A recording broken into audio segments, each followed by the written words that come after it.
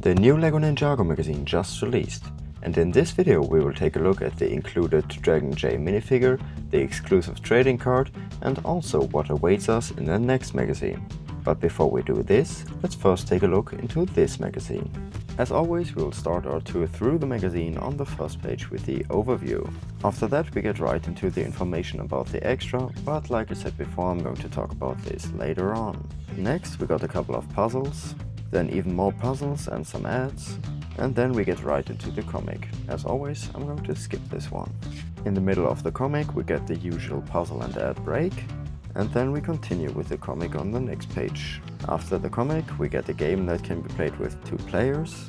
In this part of the 15th anniversary series, they show us a couple of the top minifigures of the 4 OG Ninja, like the NRG versions or some of the first outfits. After that we get some more puzzles and some information about the trading card game. And now let's get to the interesting part. The next magazine will include Lloyd in his new dragon form. So make sure that you're subscribed so you don't miss my video about the new magazine once it releases. Before we get to the extras, let's take a quick look at the 2 posters. The first one shows Aaron doing some spinjitzu, and on the other side we got Kai in his new dragon form. The first extra of this magazine is the limited edition Lloyd trading card. This is the last limited edition trading card of the old series, before we will start getting the cards from the new series in the next magazines. The design is really similar to the other Ninja cards, and the stats are pretty alright with 2 above 100. Other than that, it is nothing special. Now we can finally get to the highlight of this magazine, the Dragon J minifigure. So let me build him real quick, and then we can take a closer look at him.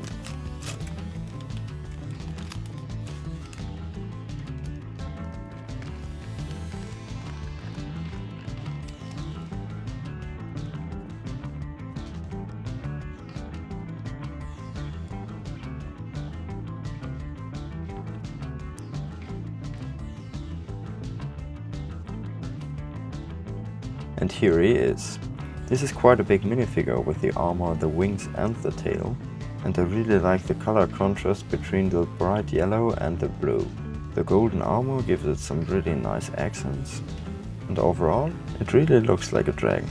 When we take all the extra parts off, we can take a closer look at the printing and the headpiece. The printing on torso and legs is mostly gold pieces on the blue. The hat that he is using is just the standard J Dragon's Rising hat that he's been using for years now.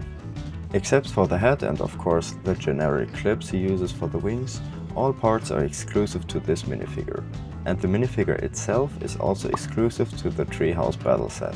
The current BrickLink value for this minifigure is around 24 euros, but I wouldn't trust that too much since the minifigure is really new and the price is probably going to go down in the future. In comparison to recent minifigures that we got in the magazines, there were definitely some really strong ones, but so is this.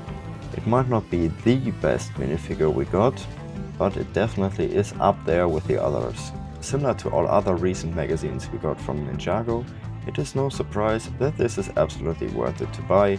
The minifigure is currently worth a lot, and even though this will go down in the future, I think the magazine is still a good pickup.